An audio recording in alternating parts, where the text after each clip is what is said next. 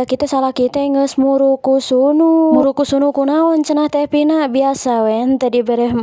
tadi malam kusabab baeud wae cenah ayeuna mah teh Pina teh memutuskan erek nyieun naon cik aya nu apa cenah teh Pina teh rek nyieun naon cenah keur ngolos si salaki yap erek nyieun candil hui boled cenah ieu teh carita nama kusabab kebenaran dibere hui boled ku mitohana salaki teh Pina jadi we teh Pina teh inisiatif erek nyieun candil dah hui boled na hungkul mah asa teu aneh. Mar kinjut mari kita lanjut lamun geus beres ngadonanana taheurkeun caina pokona mah cenah anclom-anclomin dulu cenah ieu teh kana caina kusabab lila di hiji-hiji mah digebrusin we kabeh da lila atuh tuluy jangan poho anclomin gula beureumna gula bodasna tuluy santenna tong poho dikocek-kocek bisi pecah siga perasaan mantan ke kamu aduh alah tah pokona mah dikocek-kocek tuluy dikocek-kocek aduh ieu teh anger we pecahnya kumaha cenah ieu teh pokona mah dikocek-kocek pokona mah geus asak we ieu teh rek buru-buru dicobaan heula ku teh Pina tah kieu cenah rasana teh eueuh pokona mah ngeunah geura sok cobaan geura nyarieun.